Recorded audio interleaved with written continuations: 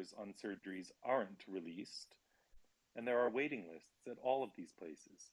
At Seattle, for example, there are hundreds of kids on the waiting list. And we have all these young adults too, who, yes, they're adults and they can do whatever they want, but they can just a girl can walk into a Planned Parenthood when she's 18 years old, and she walks right out of there with a prescription for testosterone. So there's this oath that you might have heard of called the Hippocratic Oath, which says, first do no harm. Doctors are never supposed to go to the most invasive procedure right away when dealing with something. Do you mind if I ask you a quick question? They go straight to hormones, puberty blockers, and surgeries. Yeah, go ahead, Mario. So, Chris, just a quick question, I'll go to other speakers. So I was just looking at the numbers, because the 40,000% increase, it just sounded really alarming for me. So I started researching it. I'm not saying 4,000%. I'm not saying it's not alarming. I just wanted to give you some numbers in context. Body dysphoria, while I couldn't find the rate of body dysphoria or the metrics for kids, in general, there's 0.5 to 1% of the population relate to having body dysphoria, or they claim to have body dysphoria. I actually have a Reuters article. I can send you the link if you want to tweet it out. But the numbers cited before were off by a few orders of magnitude. The number of new diagnoses in the United States for gender dysphoria from ages 6 to 17, the total number 2021 was 42,000. So I believe the number stated earlier was in the like 500,000, and then it later became 1 million somehow. But the numbers are just wildly off and being exaggerated. Yeah, it's because when we talk about 1 million, we're talking about cumulative years. So you can try and spin this however you want. No. But I'd like you to tell me, Legate, what does it mean for a child to be transgender? 1 second. Can you at least tell me that? What does it mean for a child to be transgender? So hold on. What does that mean? So yeah, William, I'll let you finish your point, William, and answer Chris's question, and then we'll go to another speaker. Yeah. So you said very specifically that was the number of new cases that year. That was 300,000 between the age of 12 and 17. I'll find it and I'll send it. I'll put it up in the net. Okay. Well, then you got to get that info to Reuters, because that's completely wildly off. I'll let you guys. So dependable. Yeah, I'll let you. We'll get both links. Chris, over whatever you like here, Legate. The facts are there's an absolute explosion. They did a survey of all the high schools in Pittsburgh. 10% of the kids said they're transgender or non-binary. There are 300 gender clinics where there used to be one.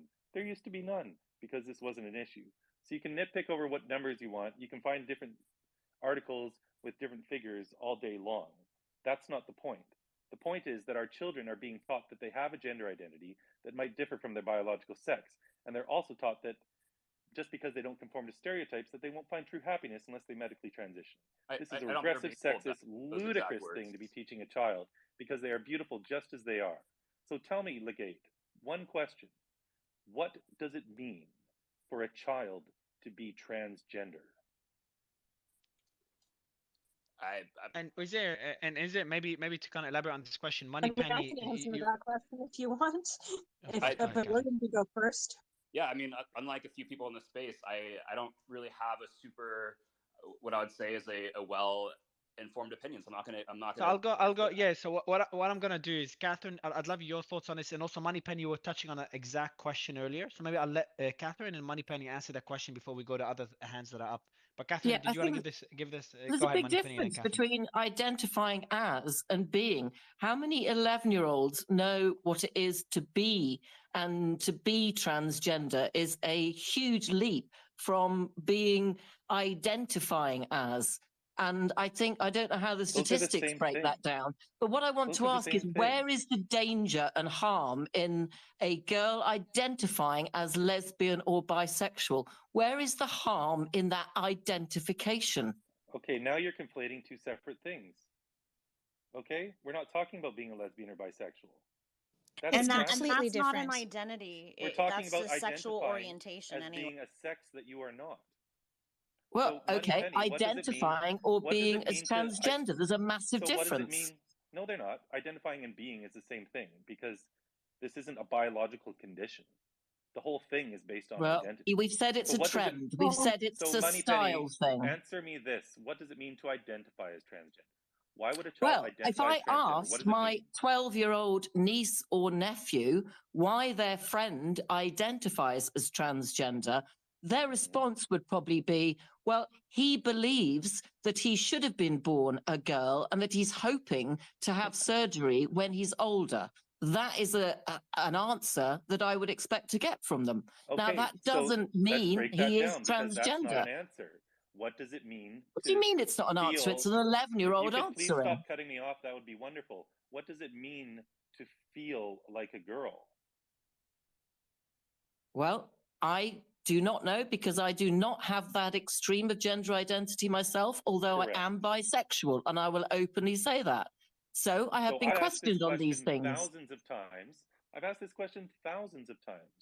Not one person, not one, can tell me what it means to be transgender. Do you know why? Because they feel comfortable in either gender. That's certainly where I feel. I feel I can play either role. No one can define what it means. Well, not every. Because all it means. It means to feel happy in yourself. All it means is maybe they to feel accepted. The stereotypes. Hi, I'm speaking. Sorry for speaking while you're interrupting. I apologize. All it means is that they might associate more with the stereotypes associated with the other sex. Well, guess what? That's totally fine. It doesn't mean they were born wrong. It doesn't mean we need to stop a child's physical development. I'm agreeing. Correct. I know you're agreeing. This is the confusion that people on the far left have about this issue. Because when they come to me and they're yelling at me on the street and they think I'm the devil himself, I'll just say something which I believe firmly, and they can't help but agree with it either. I'll say, look, there's no right way to be a girl or a boy. If a girl's more masculine, if a boy's more feminine, beautiful. What's wrong with that? And I'll just stop. And they have no response because they know inherently that that is true. But they have this blind spot where they don't see that we are pushing stereotypes to such a degree that just because a child defies them, that must mean they're trans and they won't find true happiness. Gender identity, Chris, what does it mean? No, that's where I disagree, because I think there is a dramatization to that, which I do not agree is something that necessarily reflects what is actually happening on the ground, which is where an 11 or 12-year-old child can identify or say verbally or tell their friend or even their parent that they identify as, because they feel comfortable being another gender. They want to be accepted and loved and happy and healthy, even having that belief and having an open mind to having surgery if they feel that is what they want at a later stage. It does not mean that that changes their body and their genetics at the time they identify and say that. Can a child identify as an elephant? A child could say anything. You have a president who identifies as having an imaginary friend he shakes hands with. Now, that doesn't seem normal, but it still happens. Wonderful effort to, again, sidetrack this conversation. Can a child identify as an elephant? And if not, why not? Well, I think mine is more appropriate than talking about elephants, to be honest. Why is yours? Why? You've got a president who actually has an imaginary friend. How can a male my brother used to identify as a fire truck, so I'll throw that in there. So it does seem like kids can identify as kind of whatever they want. And would your nephew actually be a fire truck? No, but I mean they're kids. So I want to go to a definition. I have if you don't mind, Chris. So I'm just going to go to a quick definition, and I want to get Maze's thoughts on this before we go to other hands. Chris, you are asking for a definition of what it means to be transgender. I'll just read out a definition online, and obviously some would agree, some would disagree with that definition. Being transgender means that an individual's gender identity does not align with the sex they were assigned at birth. Gender identity refers to a person's internal sense of their own gender, which may be male, female, or a combination of both, or neither. Sex, on the other hand, is typically assigned at birth based on physical characteristics such as genitalia and chromosomes. Maze, I know your stance on this, so I think Chris would agree with your stance. There's one problem with that definition, though. Well, That's a circular definition because it says transgender is you have a gender identity. Well, what's a gender identity? Well, actually, Chris, because I didn't get a chance to speak to that, but one thing that you said earlier is that you'd rather have the sex be sort of the definition. And I think in legitimate cases of gender. I always get this wrong, dysmorphia, but I'm saying it Dysphoria. wrong. Dysphoria. Dysphoria. I always mix the two up, and I can never get it right. But anyways, dysphoria. Essentially, because gender identity to me is what you're talking about, where it's like putting on, you know, a dress or makeup, which, you know, anybody can do that, whether you're male or female. It's how you behave, right? And that has nothing to do with your sex. And I think in people who really are trans, it is more about them feeling like they are physically in the wrong body, which I think has to do far more with sex. Now, that doesn't make them that other sex because they're born a certain way. So they're still going to be trans because they're going to have to make certain changes, and they're never going to be able to completely transition, let's say, into a different form, because something is always going to be different. But I think that is distinctly different from somebody just sort of appropriating, you know, or just putting on, you know, makeup, or growing a beard, or putting on pants. It's a feeling That is of what this comes down to. If you yeah. look at the most used resource in the world, it's this cute little picture of a gingerbread man, which is called the genderbread person. Now, this resource, you can look it up. It's in schools everywhere. It's in gender clinics. It's in children's hospitals. It's even used to train staff at children's hospitals about what gender identity is, because everyone's Those two confused things about get this. conflated. Oh, You're right, but but those hold things up. get It defines your gender This is like a identity complete. as being You're based on doing, your personality, your job, Chris, you're doing exactly what your you were hobbies, telling Moneypenny your not to do. likes and dislikes, and your roles in society and expectations upon you. So tell me, anyone, what does your job have to do with your gender? What do your It hobbies doesn't, have to do with Chris, your but gender? that's not, but that's just That is what is the core some of this. people, but that's the problem, because some people, or many people, have chosen to sort of misinterpret that, and to sort of use it in other ways doesn't make it sort of a moot point for the people who legitimately have this gender issue or sex issue, really. So I think There's like the this two things cognitive get dissonance conflated. going on where people don't want to believe that this is what gender identity is. It's too simple. They say it has to be more than that. No, all it is stereotypes. That's Can I it. speak on that? Every single resource you ever read will point to that same exact fact. Now we have a person here, Sarah Higdon, who should speak to this, because Sarah does identify as transgender, and Sarah is on my side of the equation here. So maybe we should move this mic over to Sarah for some comments. Thank you, thank you. Yeah, no, I want to comment on this too, because there is a lot of conflation that happens with gender identity and gender dysphoria, right? So gender dysphoria is a feeling of uncomfortableness with your secondary sex characteristics that you were born with.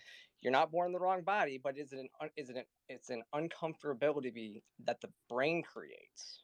And yes, kids can't understand what that actually means. Most grow out of it because it gets conflated with stereotypes most of the time.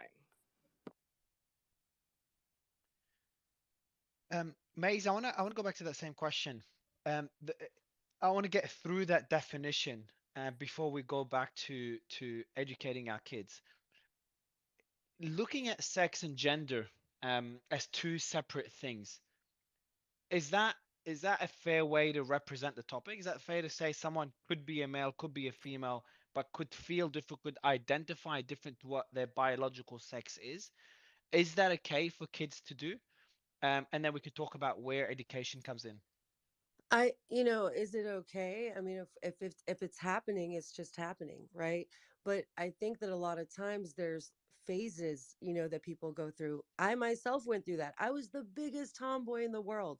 And sometimes I wondered, like, why do little girls like, dolls? I hated dolls. I used to climb trees, bring home frogs. I used to, play with all my brother's gadgets, and had there been some suggestion. People are forgetting the power of suggestion. So if I was in kindergarten, and some of the curriculum that I've been reading through that they are implementing today now in schools, where there's like a little teddy bear named Thomas that feels like he's a girl trapped in a boy's body, then that suggestion to me in kindergarten would have probably been something I would have wondered about. And whenever we're, consciously like, oh my gosh, there's another option, then we're going to begin to start seeking the information that confirms it.